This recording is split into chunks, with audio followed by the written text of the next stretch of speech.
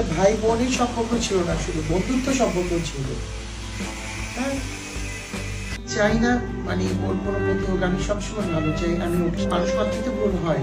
এবার অপুর কথা বলেই হাউমাউ করে কেঁদে উঠল গৌতম সাহা। এমনকি অপুর কাছে ক্ষমাও চাইল গৌতম সাহা। অপুর সাথে কি হয়েছিল এমন, এ বিষয়ে বিস্তারিত জানতে সম্পূর্ণ ভিডিওটি না টেনে দেখতে থাকুন। সম্প্রতি অপু ও গৌতম সাহার সম্পর্কে ফাটল ধরেছে, যে কারণে বুবলির সাথে কাজ করতে দেখা যায় গৌতম সাহাকে।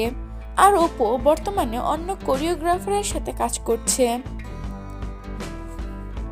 সম্প্রতি গৌতম সাহা এক সাক্ষাৎকারে অপুকে নিয়ে বেশ অনেক কথাই বলে। গৌতম সাহা নিজের ভুল বুঝে অপুর কাছে ক্ষমা চেয়েছে। আমার আর অপুর মধ্যে ভাই বোনের সম্পর্ক। আমরা অনেক জায়গায় ঘুরতে গিয়েছি, একসাথে খেয়েছি, বেশ আনন্দ করেছি।